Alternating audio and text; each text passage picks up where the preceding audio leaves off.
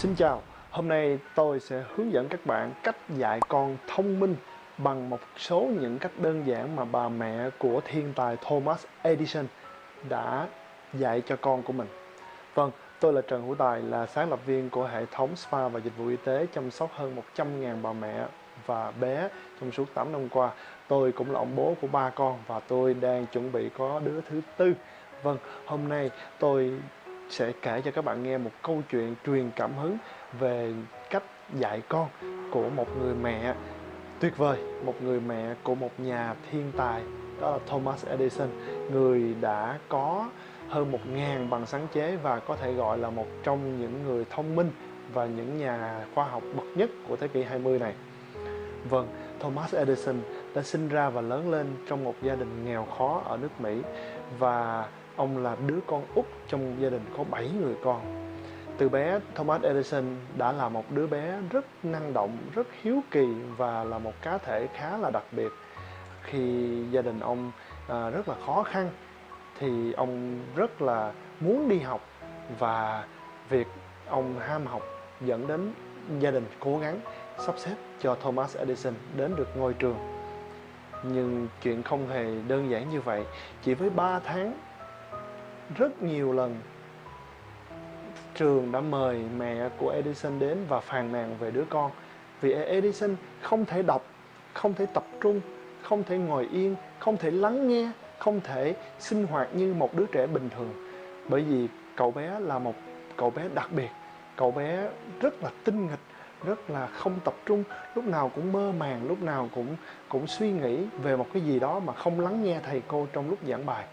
Và chỉ sau 3 tháng ngắn ngủi học ở ngôi trường ấy, thì bà mẹ của Thomas đã nhận được một lá thư, và bà bật khóc khi đọc những dòng chữ ấy. Dòng chữ ấy ghi là: con của bà quá đần độn, chúng tôi không thể dạy, hãy đem nó về nhà đi.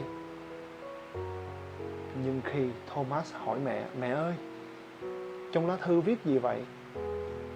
Người mẹ lau nước mắt và nói với con mình rằng, họ nói với mẹ, con là một cậu bé thông minh, con rất thông minh, nên họ không thể nào đủ trình độ để dạy con. Nay con phải ở nhà để mẹ dạy cho con. Mãi đến sau này, sau khi người mẹ mất đi, Thomas Edison mới mở ra cái rương, và trong đó có một lá thư cũ kỹ nằm ở góc. Và ông ấy mở ra và ông ấy cảm thấy biết ơn người mẹ của mình, bởi vì người mẹ của Thomas đã không hành xử như những người trong chúng ta. Bà ấy đã hy sinh, bà ấy đã chịu đựng, bà ấy đã tin vào con mình một niềm tin mãnh liệt. Bà tin rằng đứa con của mình chính là một thiên tài. Ngoài ra không ai tin, kể cả cha của Thomas. Chính vì lòng tin, chính vì sự kiên nhẫn, chính vì sự yêu thương con mình như vậy, nên bà đã một tay nuôi nấng, chăm sóc và dạy dỗ cho Thomas trong suốt 18 năm mà không hề qua một trường lớp nào. Vâng, với sự yêu thương con mình vô thời hạn, vô biên giới như vậy, bà đã cho Thomas rất là nhiều cái cách dạy mà đột phá hơn thời bấy giờ. Bà không bắt Thomas phải làm bất cứ một cái gì theo ý của bà, mà hãy theo ý của Thomas. Thomas thích học về toán thì bà sẽ dạy toán. Hôm đó Thomas thích học về văn thì bà dạy về văn. Và đặc biệt Thomas rất thích khoa học, và cậu ấy đi khắp nhà tìm những cái vật để thí nghiệm cái này, thí nghiệm cái kia. Và đôi khi các bạn cũng biết đó, những đứa trẻ khi nó đi làm thí nghiệm, nó khám phá, và các bạn nghĩ nó phá chứ không nghĩ là nó khám phá, đúng không ạ? Và vâng, nó lấy cái nồi, nó lấy cái chảo, nó gõ, thì bạn kêu là ồn ào quá, cất đi. Bạn không cho nó khám phá.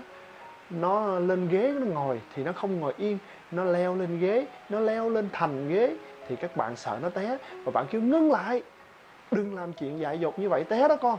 Như vậy các bạn đã không cho nó khám phá.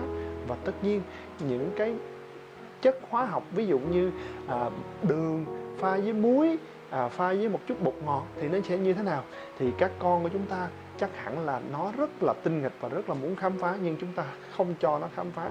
Ngược lại, mẹ của Thomas rất hoan nghênh những cái việc con mình khám phá như vậy.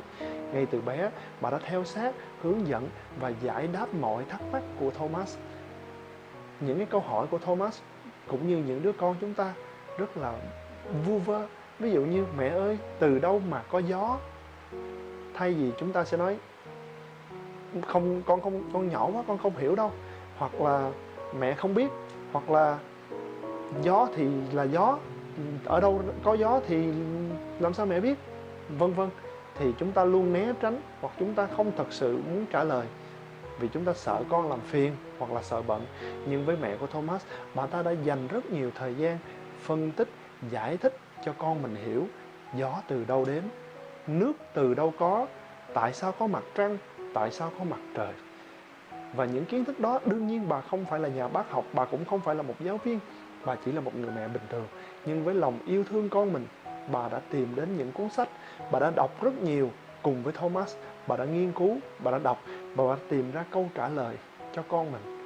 Và từ đó đã tạo cho Thomas một cái thói quen, một cái sự ham học hỏi và trở thành một người đam mê kiến thức. Từ đó Thomas đã yêu sách và đã đi tìm rất nhiều cuốn sách và đã ngấu nghiến, say mê đọc sách. Và chính sách là kho tàng, là trí tuệ của nhân loại, đã giúp cho Thomas vượt hẳn tất cả những người bạn học của mình và trở thành một nhà phát minh vĩ đại. Với lòng đam mê học hỏi, với sự thỏa chí sáng tạo và làm những điều mình thích, Thomas đã trở thành một trong những người phát minh vĩ đại nhất của thế giới. Vâng, để làm cha mẹ, chúng ta có rất nhiều cách. Một trong những cách đơn giản nhất đó chính là hãy tin vào con mình. Hãy tin vào đứa bé. Hãy cho nó cơ hội để nó phát triển. Hãy cho nó cơ hội để nó khám phá trong cái sự an toàn, trong cái sự quản lý, trong cái sự chăm sóc của mình. Tôi không nói các bạn có thể cho con trèo lên cây và mặc nó té. Các con hãy chơi dây điện, mặc cho nó bị điện giật. Vâng, trong sự kiểm soát, trong sự dòm quan sát của mình. Và hãy cho con thỏa sức đam mê. Đừng hạn chế bé. Và hãy tin vào con mình chính là những thiên tài. Đừng ép nó theo cái ý của mình. Hãy để nó là chính nó. Bởi vì bạn đâu biết được, con bạn nó có những cái sáng tạo, nó có những cái ý tưởng rất là tuyệt vời, hay hơn cả mình thì sao? Vâng, hãy tin vào con mình và hãy cho bé một cái môi trường tuyệt vời nhất, thoải mái nhất để phát triển nhé. Chúc con bạn và chúc các bạn có một cái phương pháp dạy thật tốt. Xin chào và hẹn gặp lại. Đừng quên, nếu bạn thích tôi, thích kênh của tôi và những kiến thức của tôi, hãy cho tôi một like, cho tôi một subscribe và bấm nút chuông nữa nhé, để tôi có thể đem lại những kiến thức, đem lại những kinh nghiệm tuyệt vời hơn cho bạn nha. Xin chào.